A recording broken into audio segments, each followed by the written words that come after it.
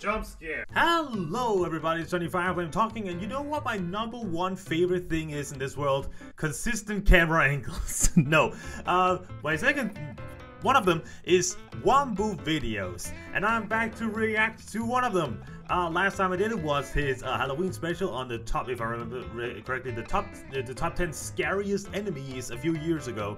And following a tradition, I guess, we're here for his Nightmare Before Christmas special. I guess I'm gonna call that now.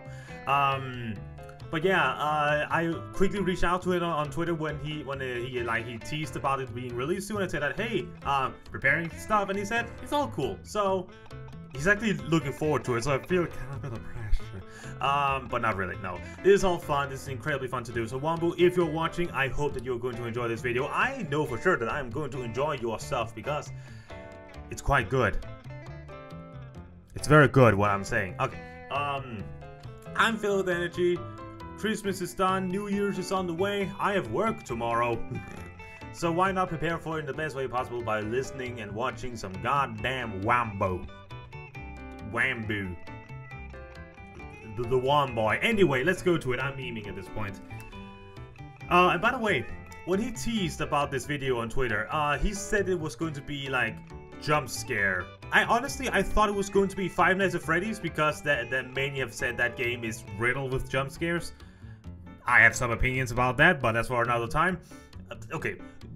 Just quick. Many say that the Five Nights at Freddy's series is just a jump scare fest, but in my opinion, the jump scares, except for 3, are only there as a punishment. The jump scares are only there if you fail, except for 3. So if you get jump scared, it's your own fault because you failed the task. The jump scare is your death, it's your punishment, except for freaking 3. But anyway, Spooky's jump scare, Spooky's House of Jump Scares. I have not played this, but I have seen some videos about it. I know that as far as the video is called, it's called Spooky's Jump Scare Mansion Specimens Ranked. So I guess he's gonna take like all of the enemies and stuff you meet in the game and then rank them like he did with the freaking Kirby Star Allies video where he ranked all of the friends there. Never played it, but I have seen a couple of videos on it, and I do know about a few. I know like a very creepy, like I guess there was a doll maker or something. I know it's a creepy elk creature thing. I'm not, so I don't know what he specifically means by specimens, because I know there's a bunch of like the paper cutout jump scares. But I guess we're gonna find out instead of me just theorizing and rambling and wasting time while making weird gestures that somehow relate as a comedy. Let's just jump right into it, shall we? Let us watch Spooky's Jump Scare Mansion Specimens Ranked by Wambu. In 3, 2, 1, go. Epilepsy precaution. The game I'm covering has epilepsy. Okay, so epilepsy and mature content ahead. So, against animals. Ooh, okay. It's part of jump scare. Howdy doody, everyone. It's me, a psychological manifestation of Countdown creator Wambu, projected from your own internal demons. Wambu, you're going a bit deep here, boy. Hello. It's time once again for some terrifying tomfoolery. But this time, I don't really care when it comes out, because in the year 2020, life is horror. Oh god, yeah, this art style is I gave myself a bit of a challenge, and I don't just mean getting treatment for my mental health and releasing a video as a step forward to no longer tormenting myself for my misgivings as a content creator. Aw, shit, that got personal real fast. I swear I'll be funny for the rest of the video. Yuck.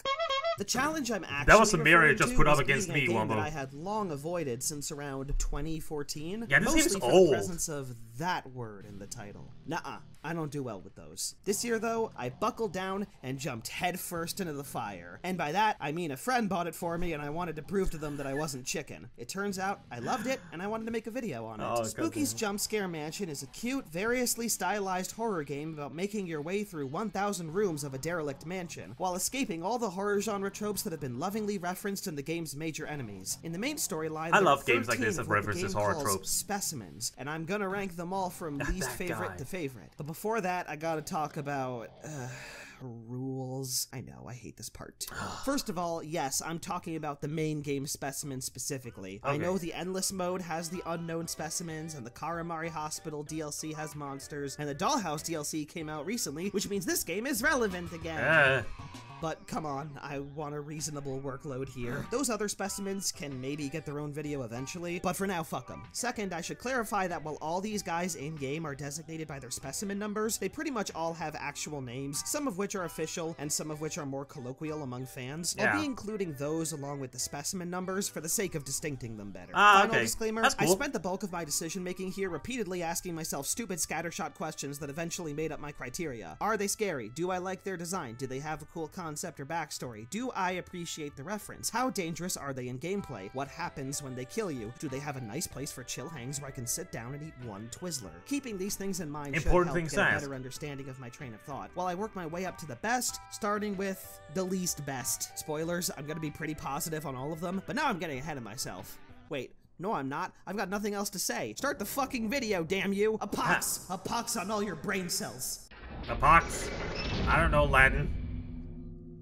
Well, I promised positivity with all of them, and I intend to keep my word, because if we're looking at the main storyline, 13 out of 13 specimens are good. Not one that I would reasonably describe as a total dud. And while I could further sweeten my language as much as I want, one of these clods has to be subject to the bitter bottom of the list, and after much deliberation, I unfortunately decided that I would not partake in the green Jolly Rancher. Oh, Goop. Oh, that guy's creepy looking. I've seen that guy before. I'd probably talk about this guy way later if I was including the other specimens. Like, trust me, in a game with a floating baby head in a box and goddamn Otto the Otter, Goop is far from the shittiest creature in the game. It just had to be this way. As the first enemy in the game, what it brings to the table is kinda minimal, but as the first enemy in the game, it's still pretty good. After getting through the first 60 floors mostly uncontested, you reach a room that seems like any other, but someone left a big old puddle of high-C ecto-cooler, and I guess they didn't have a mop or paper towels or a dog. They did leave a note though. Spouting, splashing, soaking, innards, ingesting, in choking. My language is fucking broken. Turn around and fuck me, it's a love glub. I'm not even kidding. That's literally the reference. And it approaches slowly with a pose that says, From "Sir, Adventure Time, I guess. Did you drop your wallet, sir? Please, sir, take your fucking wallet. God damn it." I tease, but honestly, I think the Goopy Man works pretty well. The design is pretty scary, the choking sounds it makes are really menacing, and this is a solid game over screen, especially for a first monster. Plus, I can't help but feel weirdly sympathetic for the guy. The note seems to be written by the monster itself, and implies that it's in a constant state of choking. In choking. I'm never gonna let myself go for that one. It's immediately interesting characterization for a creature that, unfortunately, just didn't end up being that big an obstacle. That's why it finds itself at the bottom here. For as cool as that first impression was, the others on the list just gave me even more to digest while being notably more dangerous. Hell, Goop gets even easier once you get the axe. That's understandable. How the tables turn, you 100% artificial green apple flavoring son of a bitch. But seriously, get well soon. Oh. So yeah, I understand. By the way, I'm taking Wambu's advice from my last reaction to his video, where I'm gonna try and talk in between topics, between the spots. I'm gonna make them quick. But yeah, that guy reminds me a lot of the old man. I can't remember his number from SCP. He had the same thing. He could melt into the floor and then reappear again. It reminds me a lot of that. I'm really, really loving the kind of like, I want to say 2.5D way that they animated him, because like, it's clearly like a 2D thing, but there's some like 3D elements about it. It's really cool. But with an enemy that like is kind of easy to avoid once you get used to how he works, I can understand why he's at the bottom of the list. But still, that first description like gives the impression that he is choking. That is dark. That is really dark. But yeah, I don't know if I'm gonna do this for every spot, but whenever I have something to say, I'm gonna do it. So I'm not gonna waste your time. So speaking as another ghost, I have been known to spook every now and then, so I have a couple words of advice for our girl Spooky here, cause Lord knows I have so much experience building a 1,000-room mansion with a bunch of creatures designed to kill. To cut to the chase, it's kinda slow at the beginning. While it's not bad or anything, I think the game really gets more interesting, more experimental, and more scary around Specimens 4 or 5. Needless to say, the first leg of the game could definitely use some work. Anyway, here's Specimen 13. Oh god. siren. Just when I thought we were knocking it out of the park left and right, the final specimen we meet really split the difference between, hey, you know, this is kind of alright, and wow, I saw this shit coming from a billion water monster from Amnesia. Away. To its credit, I was struck right away when I first read the notes in the area, because it made the specimen sound genuinely imposing. Apparently, it's been killing whales by eating them from the inside. Oh. Fuck. Look, I wasn't super fond of Jabu Jabu's belly either, but that's just fucking excessive, bruh. Its locale was also super creepy. It's so dark to the point of feeling kinda claustrophobic. It seems like they've made a really neat environment here. I would love to see it someday. Instead, I wandered around in the dark for several minutes until I finally found the reference. In retrospect, Amnesia was super influential on horror in the 2010s, especially in the YouTube Let's Play circle, so its homage in this game feels perfectly in place. I was excited to see what they do, but I also got a pit in my stomach, cause damn oh damn, that's a scary game. Then I reached the second part of this area. Yeah, I don't even need to see the specimen, I just know what's gonna happen already. Does the name Cairn ring any bells? Yeah. Does the name Water Monster ring any bells? Okay, yeah, there it is, there it is. The siren only chases you when you're in the water, and to avoid it, you have to go on one of the boxes. Again, you already know the drill. This is probably the one instance of the game where the reference it was going for felt just a little too on the nose. Kinda watered down, even. Oh my god, I really wrote watered down. Unlike in Amnesia, where it can be kinda tough to know where to go next, the siren's chase has such a convenient trail of boxes that it becomes way too easy to get your bearings. It's very easy to get away from it. And the siren herself, well, I don't want to be too harsh because she does have a pretty cool design, but at the risk of sounding kinda condescending, I feel just a little bit over this trope. Like, you thought you were gonna smooch a pretty mermaid, but gotcha, her teeth are actually piano keys. It is kind of a tired trope. I know, that's what sirens do, and admittedly it's not a bad concept for a creature inspired by the water monster, just didn't do much for me. Probably would have scared me much more if I was a whale. But yeah, it is kind of a tired trope, so I do understand what he means by that. I'm really glad I played this game in 2020, because I could have played this back in the 2014 era, when the game was called Spooky's House of Jump Scares. And while maybe I would have been more surprised by FNAF references like Auto Motherfucking Otter, it would have also meant that all the specimens would be 2D images instead of the 3D models we have now. So they were updated! Some people find the 2D images scarier. I'm not even gonna pretend I understand why. They make me feel like I'm being chased by concept art. Oh, you might think you're safe now, but just wait. Soon the rest of my body will align with the Z-axis and then you'll be fucked. I bring this up. You wait until I get 4 layers. But because whatever end of the argument you're on, this specimen's upgrade to 3D was everything it needed. Okay. Oh, the worm! Oh, I remember that one. So don't let the numbering mess you guys up. This is Specimen 3, but it's referred to as Subject 5 in the notes around the area. Got it? Specimen 3, oh god, Subject oh look 5, at it, oh. one and the same. Not that I think any of you are dumb, but I fucked it up several times on my first playthrough and I'm embarrassed, and please tell me I'm not the only one. Oh god. Whatever they were going for with the older versions of Specimen 3, there were others. It didn't really work at all. I don't know who was scared by this slow, small facsimile of a spider, but I'm really glad oh god, look at that. Centipede boy now. In spite of technically being the second monster you encounter in the game, I think it's a very notable step up from Goop. While there are quite a lot of specimens that simply chase you, Specimen 3 is the first one that has a fairly reasonable chance of killing you, since it's actually pretty fast now, and yeah, look at that from little holes it makes in the ceiling. It's also the first specimen to introduce new special specimen locales. Get a load of these sexy test tubes. Ah, fuck, one of them broke. Someone should get Spooky over here to do nothing about it. Guess we know why there's no more people around. Well, I can very much appreciate what I don't think Spooky gave much of a crap.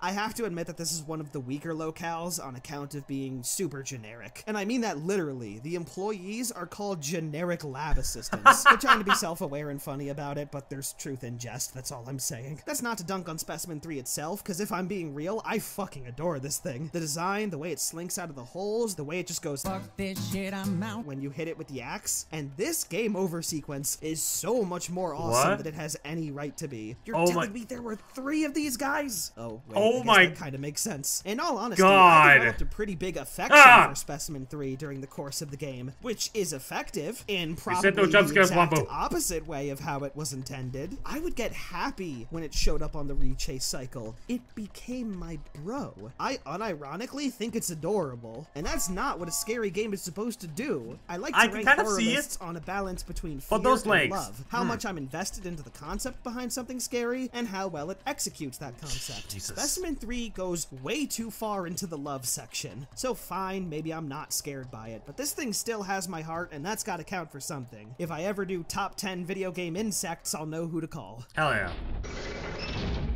By a bit, still a bit too scared by it. In an unfortunate turn of events, apparently there's an opposite end to that spectrum I described earlier. What? You're telling me you could be afraid of something without also loving it? What? Well, that sounds like Wambu might be having a normal person's experience with fear. Well, first of all, how dare you insinuate such slander? Second of all, Bold of you to assume I'm rational and normal. Oh, Ringu. Ah, yes, the Japanese monster.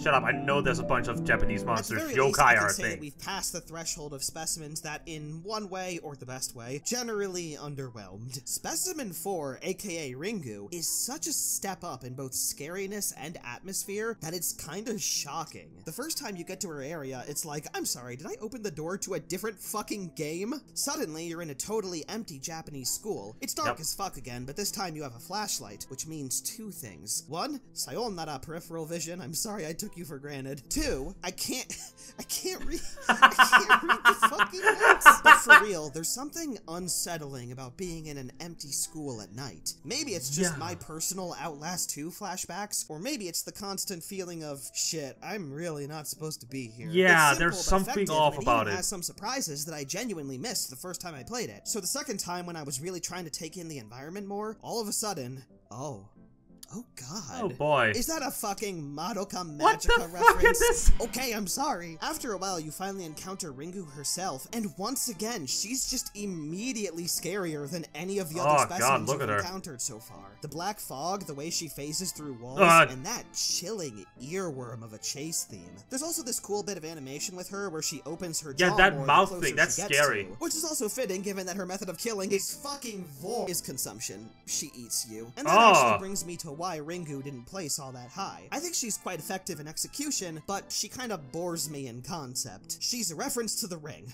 That's like all there is to know about her. Which is why even when she got evolved forms in the game's endless mode, my fear of her is still kinda waned. Also, this game over sequence is one of the weaker ones in my opinion. It's kinda fucked up, but also sorta plain, and it doesn't even have the cool cryptic text that most of the other ones have. When you die to Specimen 3, it says, "Once in a land of dreams, I thought I could be free, but now the hunger never sleeps." Ooh. Specimen 4 is basically the opposite. I'm full and now I got a food baby. Once I got over the initial shock of what Ringu had to offer, the intrigue didn't quite last. Which isn't entirely a knock against the game, really. Sometimes you just need a good, straightforward scare, and that's just what Ringu happened to be for me. Yeah. So no hate, my ass got 8. For a while it was great. Hopefully you can relate. And now we move on to number 9. Come on, man, I had a good thing going there. It was a good flow, and now it's fucked up. 9 fucking 9.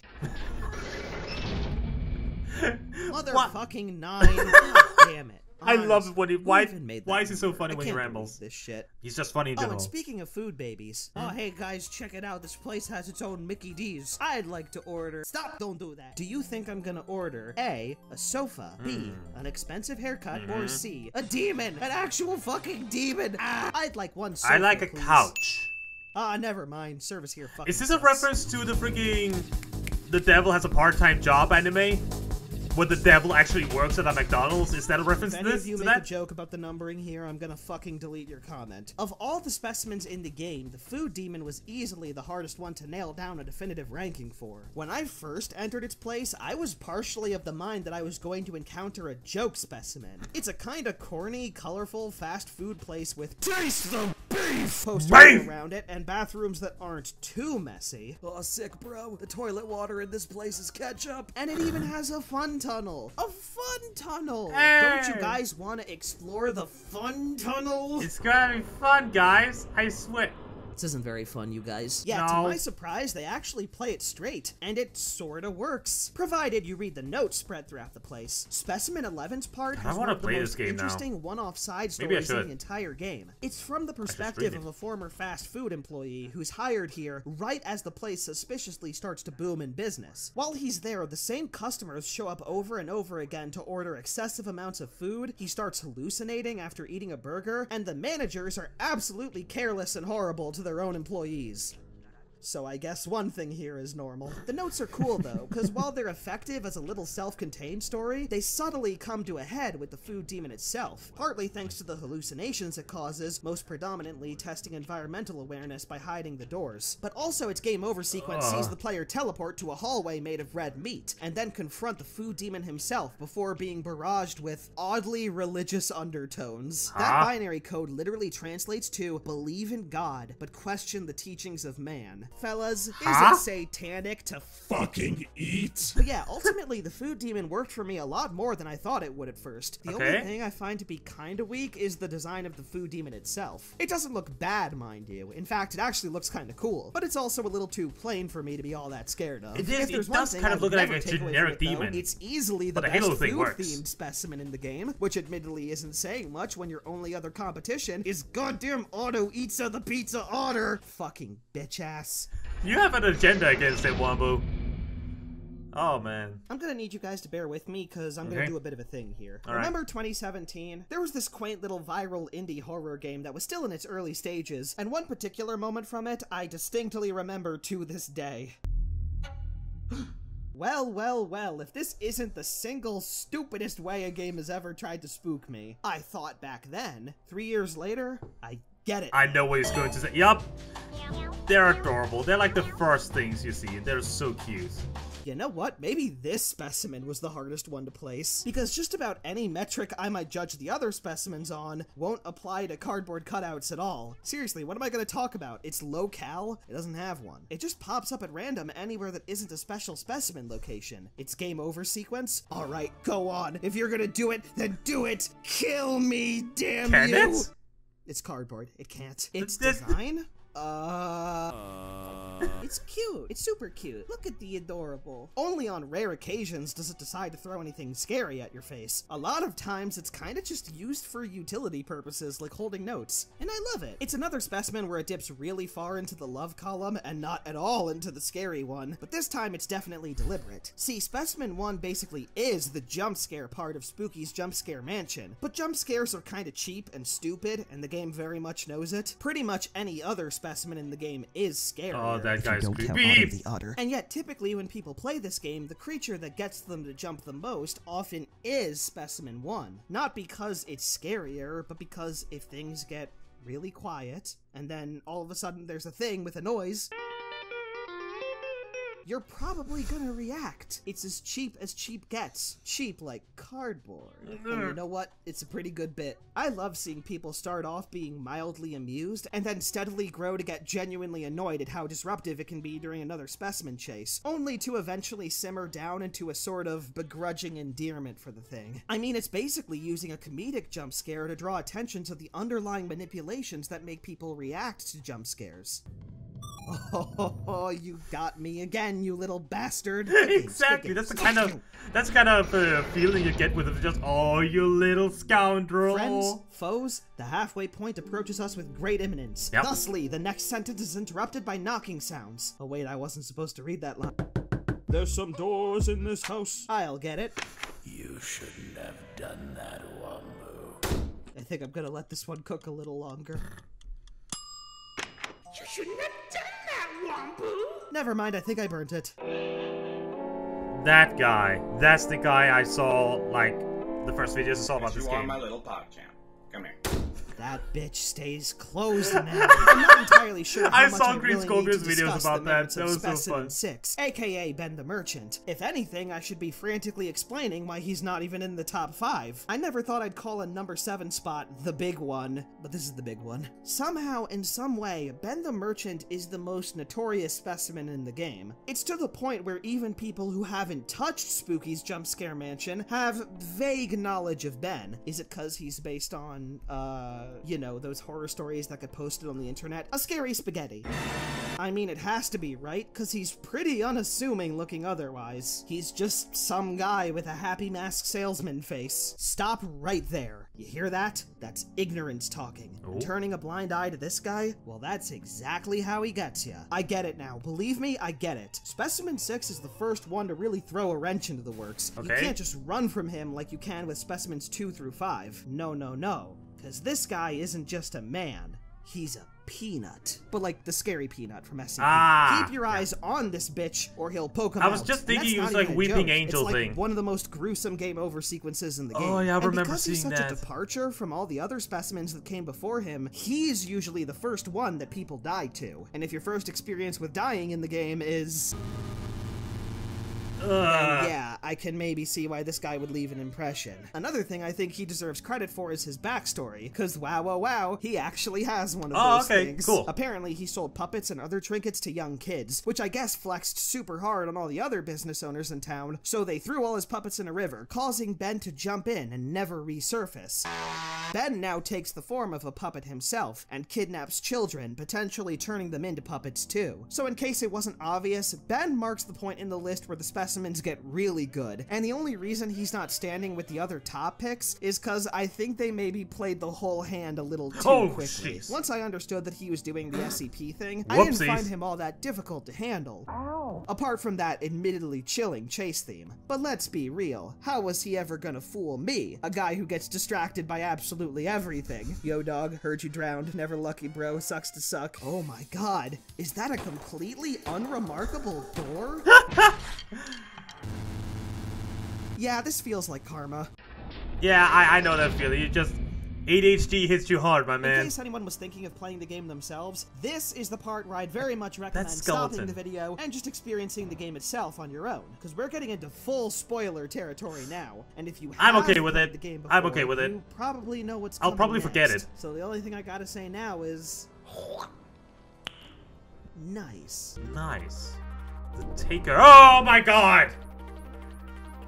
What the Yeah, fuck? that's right. I'll joke about the numbering this time. The sex number is funny. Fun fact, when I was playing through the game, I had a feeling that one of the specimens was going to be the final boss. I completely missed the 69 joke. 3 suspects, my prime of which was Specimen 1. Yeah, I thought it was gonna be some subversion of expectation true form shit. It made a lot of sense in my head, okay? I was side-eyeing all these cartoon skeletons and pumpkins like, yeah, bitch, I'm on to you. And then my second suspect turned out to be the actual final boss. I was kinda conflicted on the Taker for a while. Unlike the other specimens in the game, barring Specimen 1, he doesn't really have a set encounter. Instead, triggering him is a lot more circumstantial. He just kind of shows up if you're in a room for too long. There is at least one room layout where it seems like an encounter with him was intended, where you enter a long hallway that goes on forever until the Taker shows up, does his taking thing, and fucking spams chat like a motherfucker. I've seen people go through the whole game and never get his room though, so it's very possible to have never even seen the Taker by the time he reveals himself as the final boss. And speaking of the boss fight, I don't know, it's pretty good. It's not difficult, mind you. His attacks are easy to avoid and his gameplay loop is super predictable. But for the last and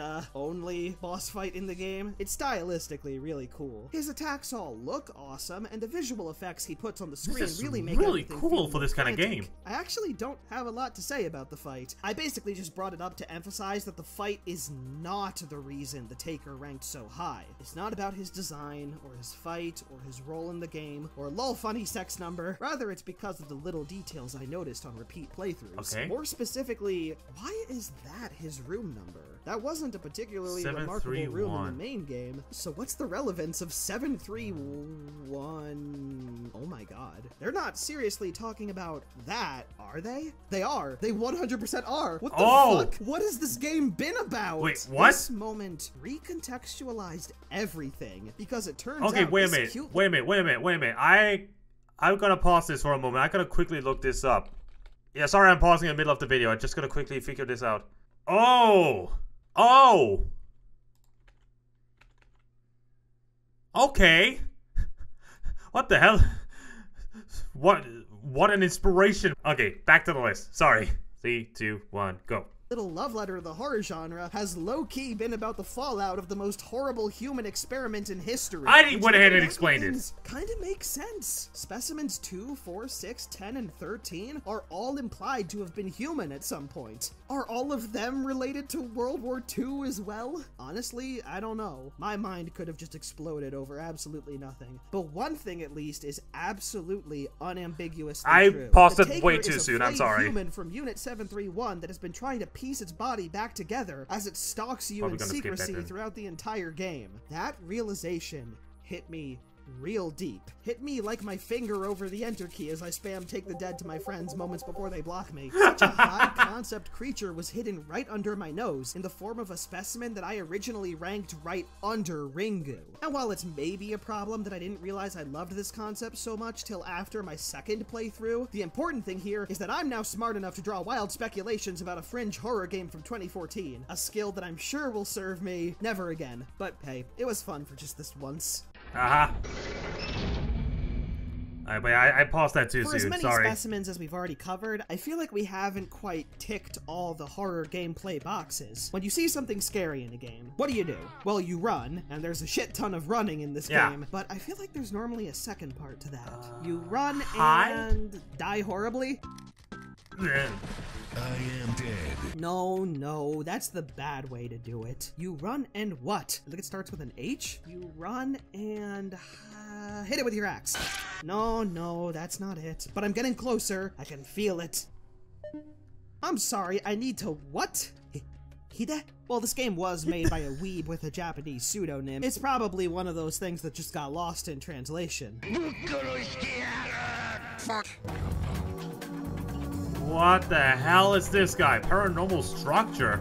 Can I just say, it feels so weird to get this far into a horror game and only just get your first hiding prompt. My brain genuinely had to take a moment to be like, wait, this is different actually. What's the occasion? Well, take a listen. I was about to say, that sounds like Scissor Man.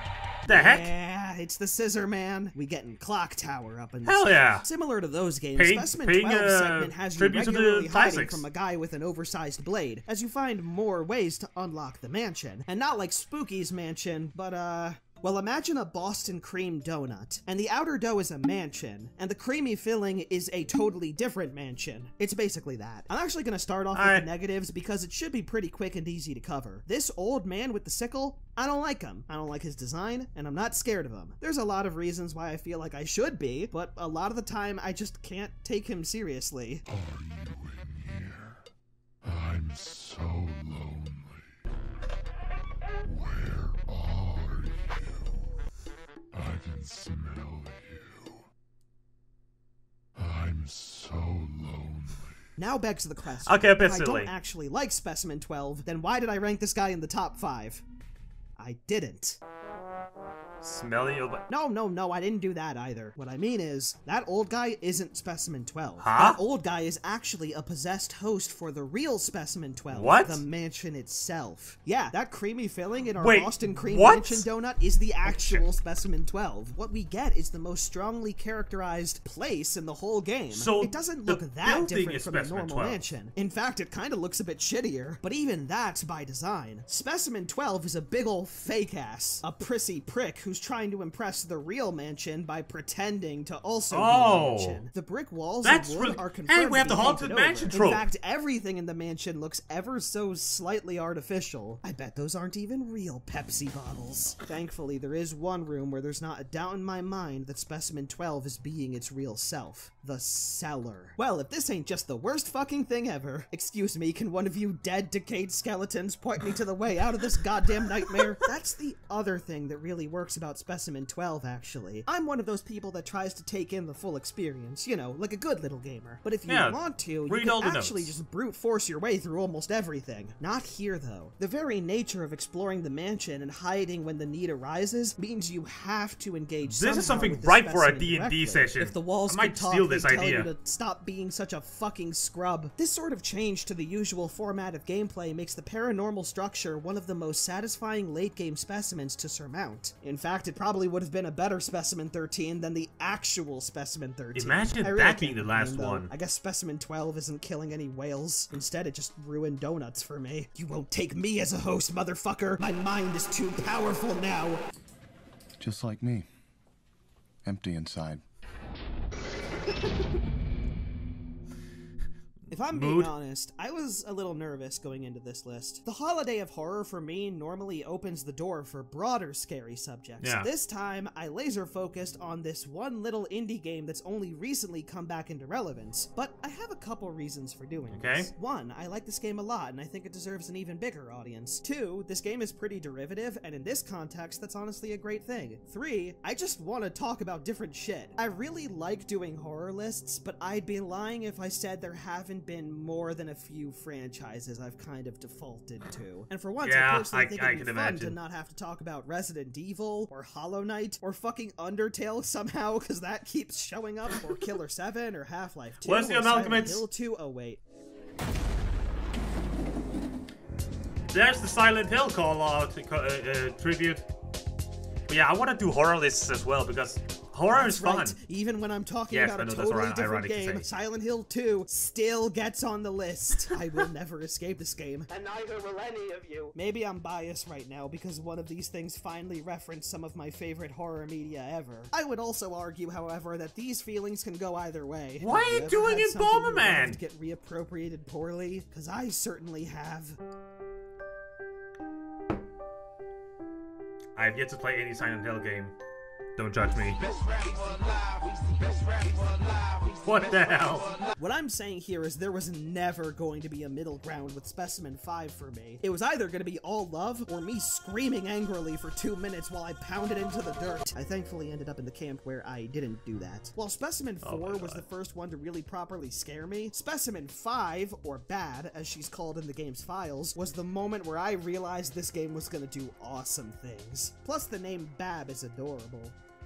Bab. Everything about Bab and her section of the game is so stylistically unlike anything else the game has to offer. And that's because better than ever, the game was able to wear the best of its inspirations without sacrificing the identity, creating an eerie, organic, and industrial rundown mental ward with the sort of surreal, spacey, yet unmistakably video gamey visual flares that are super characteristic of Spookies. Same thing can be said of Bab herself. On a surface level, it seems like she's splitting the difference between Silent Hill 2's mannequins and bubble-headed nurses while giving them Pyramid Head's weapon. But she's also got this heavily shaded texture that's kind of fleshy, but also sort of crunchy and polygonal. What really got me about her, though, is how she fucks with all the environmental textures as she chases you, focusing a lot more on disorienting fire and less I can see the epilepsy warning. Because of this, she's easily the most uncanny specimen to see coming towards you. Effective on subjects with mental issues and weak wills. Oh no, it's me! It's There's me! This air of mystery surrounding her as well. I knew my autism would get me one day. Listed as unknown, and this game over screen, which I love by the way, doesn't make it super clear what's even happening to us. Plus there's the always underlying question of,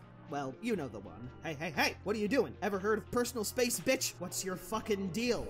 That one. We know she was found in a church, and it seems like she had a cult following her. That would make sense, and it would admittedly be very Silent Hill of her. But then there's also these weird parental themes happening. Her cult followers seem to refer to her as Mother. And it's also implied through one of the notes that she got angry after said cult burned a little girl in a ritual sacrifice. The most striking example of this, however, is the most cursed room in the entire game. Oh god. Yeah, I think we've all seen it enough here. Unlike with Taker, I don't really know if there's clear enough indicators to extrapolate any larger meaning, and honestly, I'm not sure I want to anymore. So I can just take this that's a job for game it gives theory. me on the surface. An awesome thing that I can point to while glowering at all the other horror references and go, this is how it's done. Lovingly faithful while being scary in its own way, and such a good promise for everything that would come after it. Plus, she's named Bab. You made it this far. That's great. I love Spooky. Dear Lord. It's the Dear Lord. Thank you. You've been a terrific audience. I'll be here all week. Deers can be freaking terrifying! Oh god. God, if there was one specimen in this game that was such a head-destroyingly wasted opportunity from a design standpoint, it was definitely Specimen 8. I don't get it, man. I just don't get it. Give the player an axe. Okay, that's a good start. Surround them with minor enemies that'll attack them. Okay, cool. I see where this is going. No, don't use the axe too much or you'll get the bad ending. What? What? Also, the specimen chase is just Ringu again, but, this guy is slower. For what reason What? would you do something like this? Well, Wambu, you seem to be angry about this guy, but he's also in your top 3. I know, right? What is anything? I guess if you happen to have a lot of misgivings from a gameplay standpoint, just be fucking fantastic in every other regard, Forehead. It's just that easy. I could complain as much as I want, but I'd be remiss to not mention how generally cool the Dear Lord's whole part of the game is. Oh my god, this must be that outside I keep hearing so much about. Oh, and they even got Sorry, I saw wildlife in outside. here? Fucking A. How do you think they keep them fed? Ah! They eat people. It's kind of a surreal God. experience being in Why an are there deer outdoorsy hides on the location floor? and having to worry about something other than the specimen itself. But speaking of the specimen itself, taking inspiration from creatures of Native American folklore, in particular I was thinking it looked like the Deer Wendigo, Lord has or at probably least the coolest and a most modern version of the imposing design Wendigo. of any specimen. This tall, ghostly forest deity with sharp teeth and beaming eyes. It even opens up its cloak as it draws closer to you to reveal its skeletal body and the screaming faces of those it's already assimilated. And even before you could fully process any of that, it straight up talks to you. Your submission is inevitable. Why do you run? No. Why That's do I a run? no. Gee, I fucking wonder. I'm going to feed you to my children, little one. Wait, where are you going? Did you not want to be made into deer food? I don't get it. You know, getting eaten by deer really isn't even that bad. It's honestly more fun I'm than it gonna sounds. freaking No, steal wait, this please stop so running. much from my And if he D&D does campaign. happen to kill you, which he probably won't, but if he does, then we're met with quite possibly the best game over Okay. sequence in the game. Like with the food demon, we're given a brief moment of gameplay before meeting face to face with the specimen itself, but the atmosphere here is way more intense. It's just a straight forest trail with a blood-red sky before succumbing to the Deer Lord's assimilation. No, it doesn't have the same shock value as Ben the Merchant stabbing your eyeball. But it's the kind of ambient horror that I personally appreciate so God, much more. he's Dear already Lord my- really does stand top of the class in so many He's already my regards. favorite. Best design, best game over sequence, great locale, great build-up, great chase theme. Really, the only thing that kept it from steamrolling to #1 were the lame gameplay elements I mentioned earlier. Personally, if I were designing this, I would have the violent deer show up during the chase while removing the penalty for killing them. Even if you don't like that idea, I think it would have given Dear Lord something distinct for its rechase. I did say I was a Silent Hill 2 fan, so for the most part, I can forgive not so amazing gameplay. It just means Dear Lord has to settle for being one of the best instead of being easily the best. Enjoy top 3, sucker, whose submission is inevitable now. Fair enough. Dear Lord is already my favorite. I love monsters like him. That's so cool. What? We've gone on a long journey together, but here we are finally, at the scariest number to grace any worst to best ranking, number 2. Maybe to those unaware of this game, a bit Damn. of suspense will still linger, but for those keeping track, any speculation will come to a head at this very moment. The second best specimen in the game is... Wait, who is it? I didn't even write a proper opening to this one. I gotta check again. Number 2 is... Shitty Eel Bitch. Oh, that thing! What the fuck am I even looking at? This can't seriously be my number 2. This thing is goddamn pathetic. Maybe I would like it if it fucking died. Oh, well thank you for that. Just one thing though. Fucking excuse me? What? Parasite. Oh! No. It's the thing. No, I mean the thing. It's literally called the thing. Okay, thank you. The whole development story of Specimen 10 is pretty unique compared to all the others. Okay. That weird eel you saw a second ago was the original Specimen 10. And I guess somewhere along the line it was decided that this creature would be totally reconceptualized. Rather than just a simple replacement though, they decided to go whole hog and have the new Specimen 10 fucking kill the old one. It's such an out of nowhere entrance, yet it perfectly introduces one of the most weird, subversive, and ever-changing specimens in the game. 4 different forms this guy takes in the time you see him. The old and new Specimen 10 are 2. Another happens if you get too close as it tries to bite you with its gaping chest mouth. The final form is the real kicker, however, and it happens when you go too far. That's right, it becomes tiny. Can I get like a tiny audio stinger? Thank you. For real though, the scary thing about the leech form is that it's just faster than you. Yeah. You can't outrun it. Every other specimen apart from one goes, Come out. The parasite, on the other hand, says, let me stop you right there. Walk with me, please. Okay. I personally can't help but love the way it changes the relationship between player and enemy. Most of the other specimens, I could just be like, nope, not dealing with you. I like you. Not you, Mr. Subject 5. You can stick around. By comparison, it's really interesting to have this one monster that I just have to wait for. It's a very different feeling from a normal chase. I appreciate it a lot. And it's all the more surreal with its discordant mess of a chase theme playing in the back. And if that's not enough, Specimen 10 also visually fucks with the player a ton. It's pretty much the only specimen that consistently takes me by surprise when it shows up on the rechase cycle. I'll just be walking along and suddenly, oh god, I guess it's time for our morning stroll again. Is there anything I don't like about Specimen 10? Not really. I mean, I guess its game over screen could be better, but I actually love what they do with the binary this time. The actually readable text is all about sacrificing your will and feeding into nothing but animalistic instincts. The binary code, however, says the exact opposite. You are more than just an animal. Use the soul you've been given and be responsible for your actions. What? It's like the last gasp of your humanity trying to fight off the infection before inevitably succumbing. It's really cool. Okay, well what about the locale? Well, I did find it kinda unremarkable at first, since a similar idea was done earlier in the game with Specimen 3. In fact, this is literally supposed to be the older version of that lab. Oh. Then I read a note that implied the specimen was hiding in the vents. Then we had to go into the vents. Why would you do this? So yeah, in spite of my first impressions, the locale was pretty effective. And that's honestly how I'd best explain Specimen 10 in general. It was the creature of many surprises. When I thought it was gonna zig, it zagged. When I thought it was over, it wasn't. When I thought it was gonna make a left, it opened its chest and sapped my very essence from my body. And of course, when I thought it was gonna be number 1 on my list for the longest time, well god damn it, you even got that I one sadly over on don't me. remember which would be number 1, so it's gonna be a surprise for me. Number 1. It should have been freaking Luigi. Should have been Ouija. Lucky number ass son of a bitch. Specimen 7, the Wall of Flesh. Oh, what the hell? Hi, Well, cat. hello there. Are you lost, little ones? Yeah, me too. Believe me when I say that I'm surprising myself with this. Okay. No joke. Specimen 7 was initially in my bottom 3. I think I just didn't really get it at first. I got so used to the cycle of recognizing all the referential shit. Oh, it's The Ring. Oh, it's Silent Hill 2. Oh, it's Legend of Zelda. And then you get to 7 and it's just like...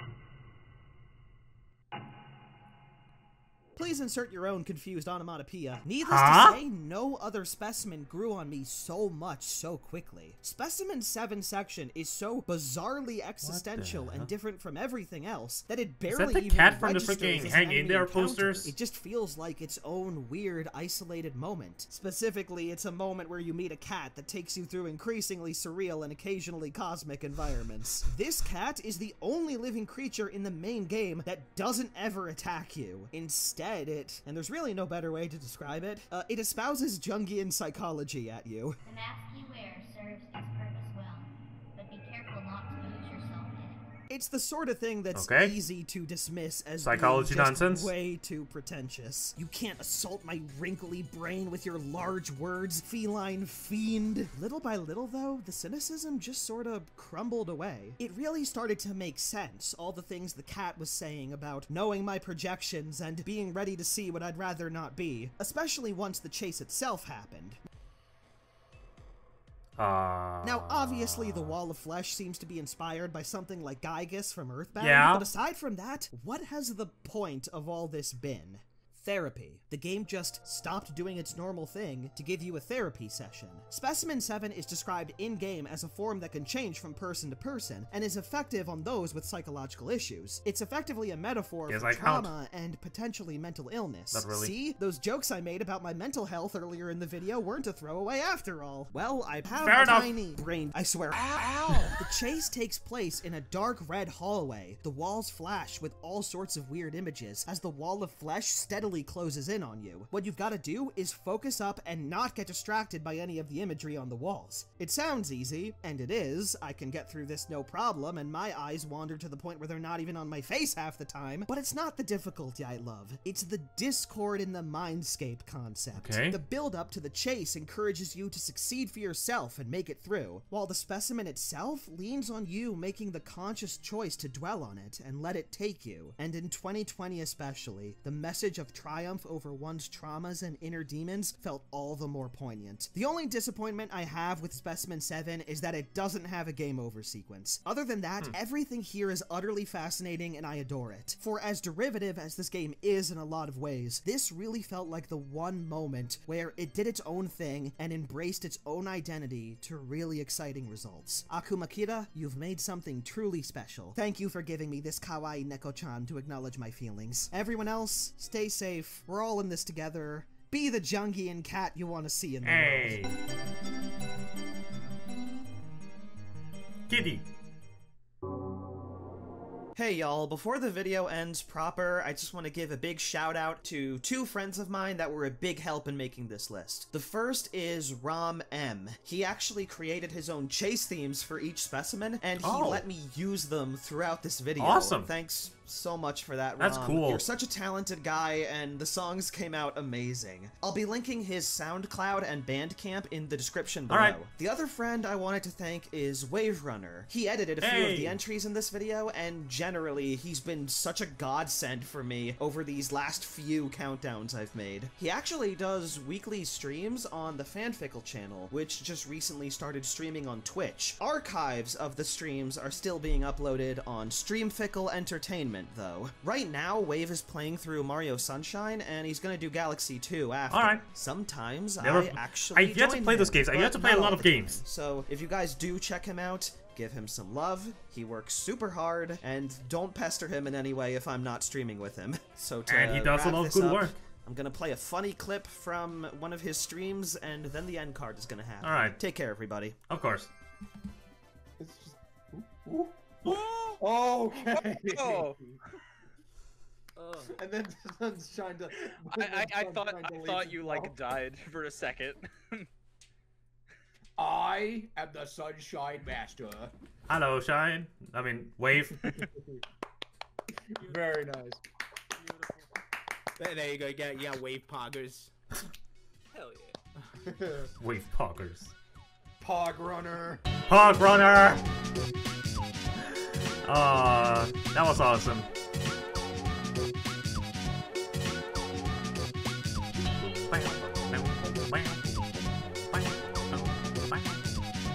I really wanna play this game now. Like, I really wanna like do a play this on stream on my stream on my Twitch. I think it would be a lot of fun. All right, just a moment. Be right back. Alright, so that was an awesome video. That was so much fun. This is probably gonna be another one of his videos that I'm going to rewatch like 5-10 times before today is over. Because I definitely missed some stuff. I like how in the very first spot of this list, I paused and was like, I may be doing this a few times around the video, and I did it like once. And actually, technically twice. And the second one was way too late because I didn't wait until the spot was over because he started talking about it, so that wasn't my part. But yeah, that was a lot of fun. This has definitely inspired me to play this game, even though I may have been spoiled for a few things. I don't care, it still looks like a lot of fun. Plus, some of these monster designs are awesome, like the Deer Lord. I thought from the beginning when I saw him, I was like, that looks like a modern Wendigo mixed with like a warlock / royal attire sort of thing, and it turned out to kind of be. Which was freaking cool because I just love concepts like that. But like, if this was for me, if I made this list, I think the Deer Lord would have been my #1 just because I live for that sort of aesthetic in a monster. But yeah, Wambu, as always, was really freaking great. I loved the editing. I loved his jokes, his writing style. It was all just really good. And Wambu, if you said you're going to watch this, so if you are currently watching this, I hope that you're enjoying it. I talked over you a few times. I tried to choose the best times for me to talk, but I hope it was entertaining. Well, me also interjecting my own jokes and what the heck ever. But thank you so much for what you do, man. You and people like Josh Scorcher and Green Scorpion genuinely, like all you guys are on the same level for me. You all inspire me to do stuff myself because I have done only like technically two top 10 lists, and both of them about like My Little Pony music, but I want to do more about like gameplay stuff because I love games. I want to do more horror lists. I want to do more music lists. So just thank you for what you do, man, and you're freaking amazing. This video was so great, and I cannot wait to rewatch it many times. So, before this ends, I just want to say thank you all so much for watching. Please look into the description below where you can see the link to the original video and to all of my socials, to my Twitter, to my Twitch, to my Discord server, which you will also find my Patreon link, which currently is still being supported by a bunch of wonderful people. And those people are Loquacious, Explosive Water, J-Rock 1989, Matthew Donovan, Anime Guy 01, Bookworm, and Danish Faye. Thank you all so incredibly much for watching and for supporting me. You guys have no idea how much you are actually supporting me still to this day. I'm so freaking grateful. And to all of you guys who are still watching these videos, even after these long-ass random hiatuses that I keep going into, I feel you on that, Wambu. Thank you all so incredibly much for watching, and thank you so much for sticking with me. 2020 has been a mess. Let's work together to make 2021 even better. Alright, that was my cheesy segue for today. Thank you all so much for watching, my dear friends. My name is JohnnyFerno, and I'll see you guys next time.